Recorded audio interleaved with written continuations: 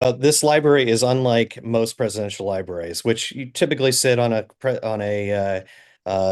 a college campus or in a major city, right? This is one that overlooks Theodore Roosevelt National Park, the only Mhm. national park named after an individual. It is in the Badlands in North Dakota, surrounded on a 93-acre spot that where the building is set back. And actually, there is a 1 mile kind of walking loop that's going to allow you to get into the Badlands. It's going to be kind of your kind of immersive element before you could maybe go into the national park and explore more on a hike. Um, and so it's as much about getting out into nature. And we think this is really fitting for, the president that did so much for conservation of our public lands. But we're taking it one step further.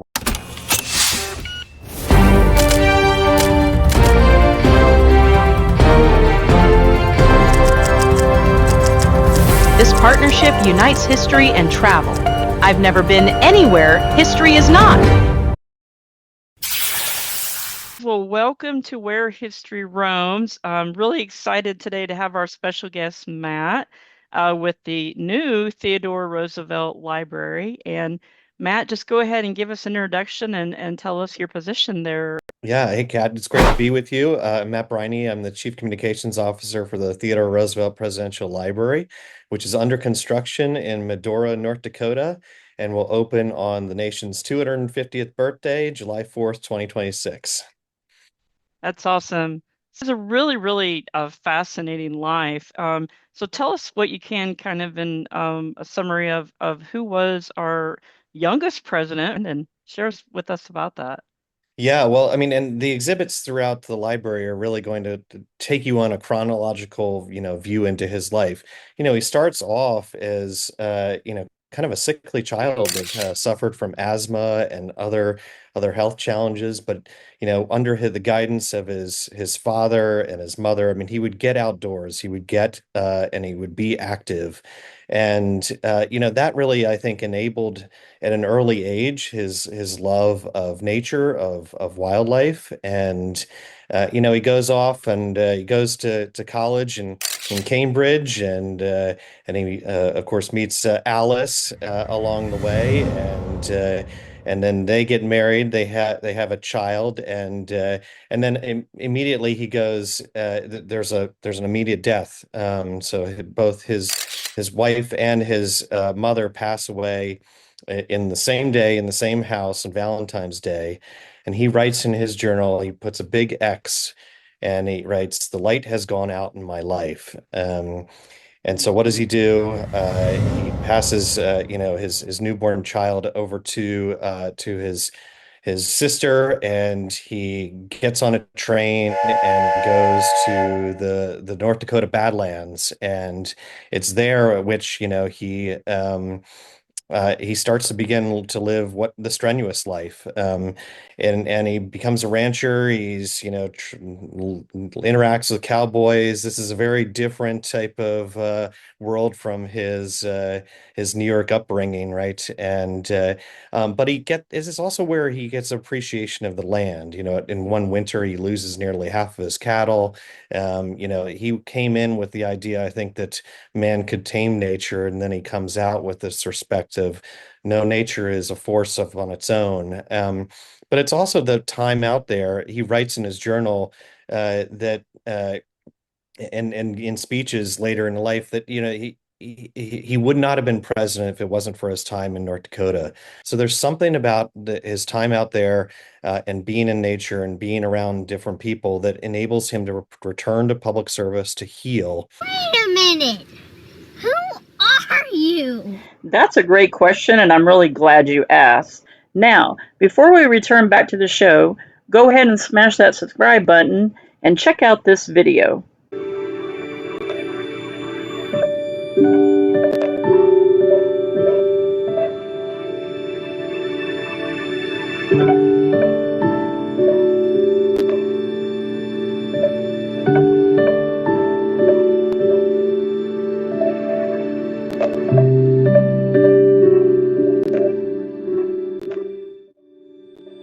And of course, then, he goes on to become Assistant Secretary of the Navy. He's joins the Rough Riders, becomes a star of the Spanish-American War. That elevates his position. He becomes, runs for mayor of New York. He becomes governor of New York. And then ultimately, he's passing so many reforms as governor of New York. Someone's like, "We've got to do something about this guy. He is just wrecking the way that the upper class can control politicians." And so I said, "Well, let's make him vice president." And I think that was a position that Theodore Roosevelt absolutely lamented throughout. He thought it was just a worthless position. It didn't really give him any power to do anything. Um, and but he went along with it, um, and ultimately, what happens? Well, McKinley gets shot, and after a midnight ride, he gets elevated to president of the United States as the youngest president to ever do so. And all of those kind of ideals that he learned to, look for, to support, make sure the government is working for the people and not a select few, those progressive ideals that, then becomes a large part of his political platform. He saves over 230 million acres of national park and monument and federal lands during his time. He's known as the conservation president for doing so. And he's doing policies that are both balancing conservation, but then also the economic growth of the country. And they're supporting, protections like the Food and Drug Act, for individual citizens, and looking out and showing that government really can support and help them too. Um, Ultimately, decides not to run, then, runs as the first kind of big third party candidate to make any hay, right, under Bull Moose. During that, of course, has an assassination attempt against him, and then, gives a 40-minute speech while having just taken a bullet to the chest, and then, throughout his kind of, loses that election. And, in many a times, just like his visit out to Medora, when there's kind of big challenges or big disappointments or loss, TR goes on big journeys. And so he, after his first, not run for reelection, he goes to Africa, and he does on a Smithsonian expedition to be able to gather specimens that are actually still in the Smithsonian collections. Some of them will be on display at the library. After, losing the 1912 campaign, he goes on the very famous River of Doubt trip, down the Amazon River there to the Rio Roosevelt, to chart and map that lost river, and nearly dies along the way. If it wasn't for Quentin, he would have been left there for dead. Then, he comes back, and he lives out the rest of remaining his life in Sagamore Hill, where he still speaks out about, the support of World War I. He has both of his sons fight in the war. Of course, Quentin is shot down and killed during this, and that's a devastating act to him. And ultimately, dies in his bed at Sagamore Hill. And so what we're doing at the library here is really kind of capturing all these stories, and we're bringing Theodore Roosevelt's life to down to the level that everybody can relate to and understand. So it's as much about his triumphs as it is his tragedies, and how he dealt with that, and putting the history in context with all that go through there. And visitors who go through the library are actually going to be able to do similar type of activities to him. So we'll have a wearable wristband, which we're calling our Trailblazer. Um, and in it, they're going to see how well they were good at shooting, how well that they made decisions, what campaign platforms they want to follow, how they would run their own White House. Um, and all throughout this process, they're going to learn a little bit about themselves in the library. So, much like, people come to Theodore Roosevelt came to the Badlands to kind of learn and find the next chapter in his life, we anticipate there's going to be a whole new generation of individuals that are going to do the take that same journey through the library and learn about what's passionate to them, what makes them want to serve the nation in the future. Yeah, the first presidential digital library and interactive. Now, the the library in itself is just incredible from what I've been able to see online. Tell us about this all green, awesome setup you guys have. That is so definitely in alignment with his national park, his conservation. Just share with us about that process. Well, this library is unlike most presidential libraries, which you typically sit on uh, a college campus or in a major city, right? This is one that overlooks Theodore Roosevelt National Park, the only Mhm. national park named after an individual. It is in the Badlands in North Dakota, surrounded on a 93-acre spot that where the building is set back. And actually, there is a 1 mile kind of walking loop that's going to allow you to get into the Badlands. It's going to be kind of your kind of immersive element before you could maybe go into the national park and explore more on a hike. Um, and so it's as much about getting out into nature. And we think this is really fitting for, the president that did so much for conservation of our public lands. But we're taking it one step further. We're going for a certification called the Living Building Challenge, which currently there's only 38 sites that meet this challenge worldwide. If you're familiar with like LEED Platinum and LEED sites in building certification, this just takes it to the next level. We will Wow. be the only museum to do this. It will generate 105% of its energy both through solar panels and geothermal. The building uses really advanced techniques of having like a green roof that is both serves as insulation but also as rainwater capture. We've gathered over 86 different species of native plants and developed our own native seed along with our partnership with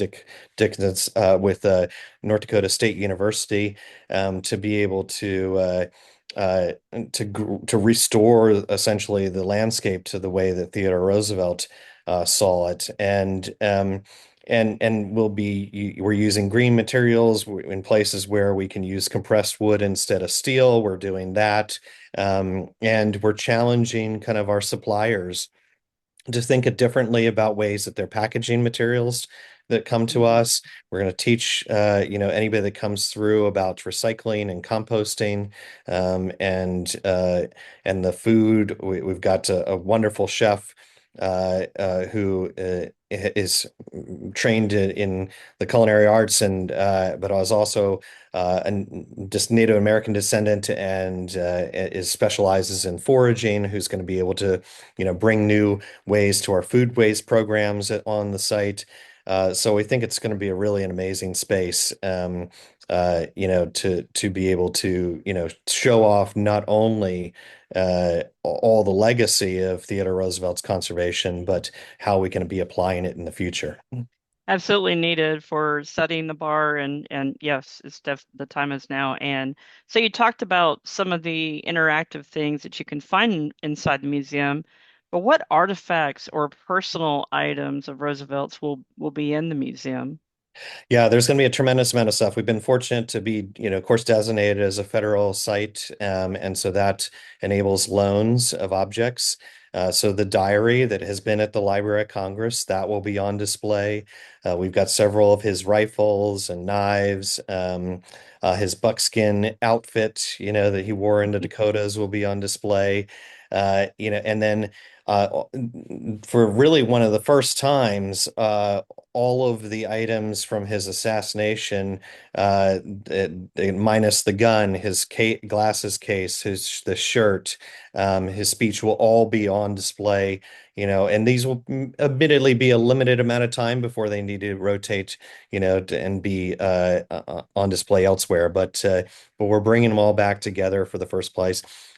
All the objects from his Smithsonian expedition in Africa, those are going to be on a constant rotation through the exhibits too.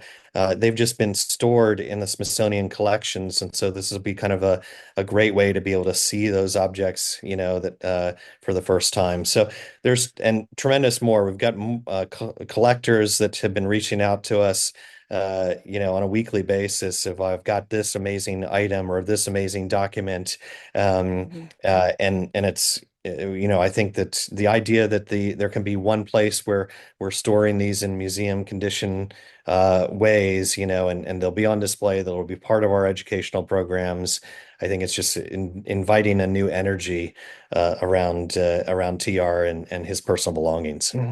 Yeah, and speaking of journals, he wrote an impressive list of books from conservation to politics, and I'm assuming that you guys will be able to get copies of those and have those in the bookstore when it opens. We will, yes. And we're looking into potentially, reprinting some of those as well. So Yeah, a new series where you might be able to have the entire collection in the future. awesome. Yay for new editions. All Mhm. right. So, one of the things that I like to highlight here at Where History Roams, something that as I've traveled the nation is just so impressive is the progressive educational programs that are happening in museums these days and libraries and all over. And I did notice you guys have a great virtual events. There's the podcasts that are listed on there, and you guys can see that link in the description. Um, Talk to us about if I was a teacher bringing my class to the event, what kind of things in the future will you guys have for educators? For educators, we're going to have a tremendous program. I mean, so we are planning a 50-state outreach. We will have professional development programs where teachers can come on site to be able to, learn about how to teach about TR or hit the time period. There's going to be free materials that will be available to teachers. Well, already on our website, you can see lesson plans and other primary source materials that they can add, that teachers can add, and we're matching that to the curriculum standards so that way it's easier for teachers to know which kind of unit that would align to. Um, and beyond, I think any field trips coming on site, I mean, we've got some amazing both during the visit and then after hours programming opportunities. One of the amazing opportunities we're doing with Microsoft is we are going to be one of the first AI libraries where the entire collection is going to be ingested on its own large language model. And unlike ChatGPT, which can give you wrong answers, this is only going to be trained on good historian information.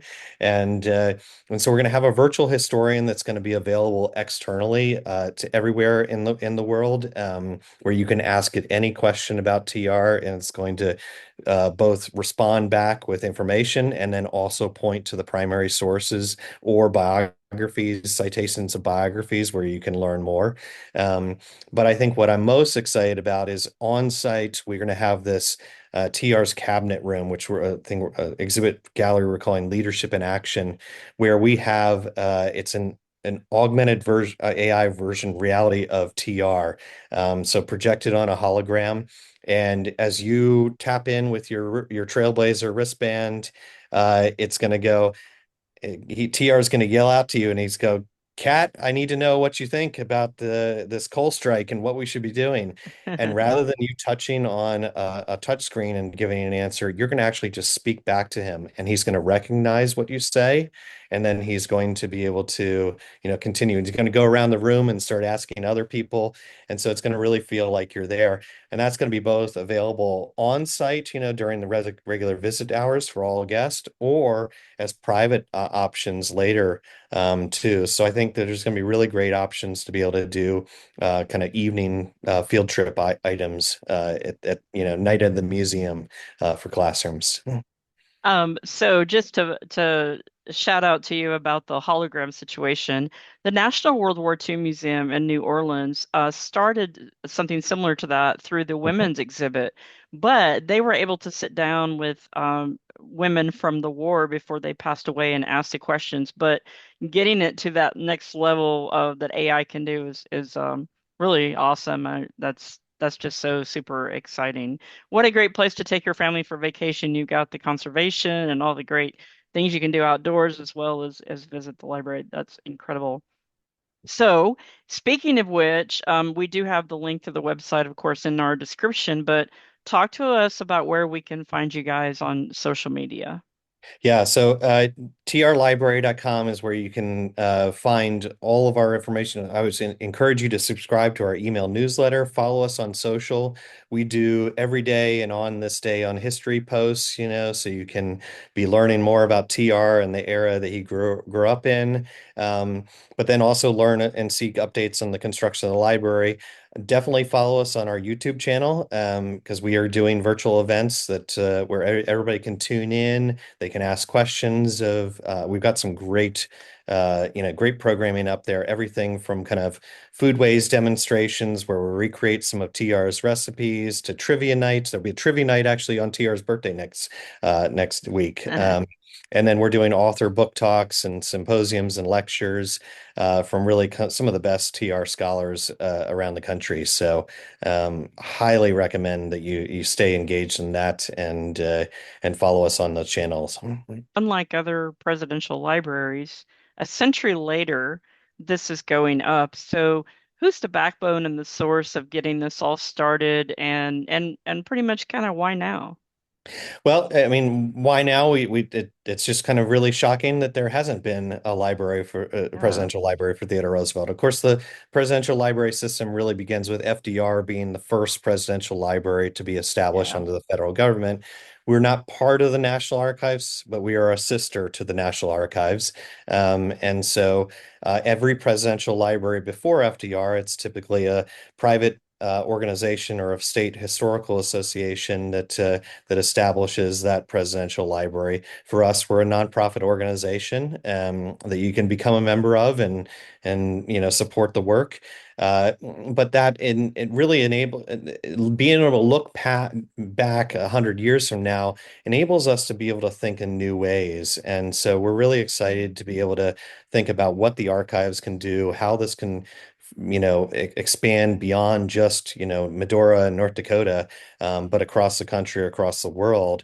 And I think what we're doing going to be doing digitally on this, I think is really spectacular. And so highly encourage people to follow us on social media because you're not going to want to miss what we're going to be releasing over the next 5 years. And it's so monumental and strategic with the 250th anniversary. It's now you know what to do with your family for a vacation next year, guys, because the Dakotas also need our tourism and they need our support. It's such an incredible, just beautiful states there. Okay, and man, Matt, this has been incredible. I really appreciate you coming today to share with us. We definitely want to support however we can. One of the questions that I like to ask guests when they come on is, so it's 2025. What can we do to preserve history? Well, I think, Kat, the best thing is we can teach it to our children, right? We can encourage them to consume it. We can make it freely available to individuals, and we can just present the facts. And I think that that's what as historians, that's our main responsibility is to make items accessible to people, Mhm. to not tell them exactly what they should be thinking or how they should be thinking, but to put things in context and to make it available for them to consume and come to their own conclusions. I think what we're seeing, we're at a great moment right now where everybody has tremendous access to materials on the web and sources. And so I think that's what the aim for the TR library is. How do we build up what you see online and what's available to you to make it more accessible to everybody? Yeah, absolutely. And what connection do you guys have with family members to this day? Well, so we've got two board members that are Roosevelts.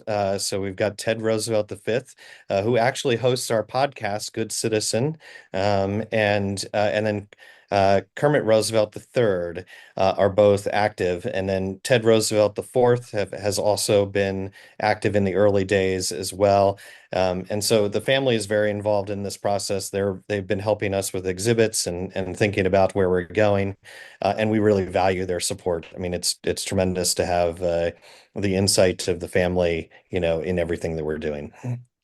All right, guys. So you've heard all the information you need. Go to the website, check it out, join the socials. It's really important for that algorithm to like those pages and follow them so others share it on your page. Can't wait to welcome you, and thank you for sharing the story, and thank you for keeping to preserve this history.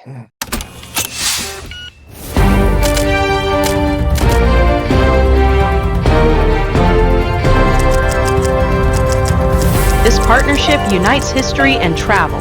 I've never been anywhere history is not.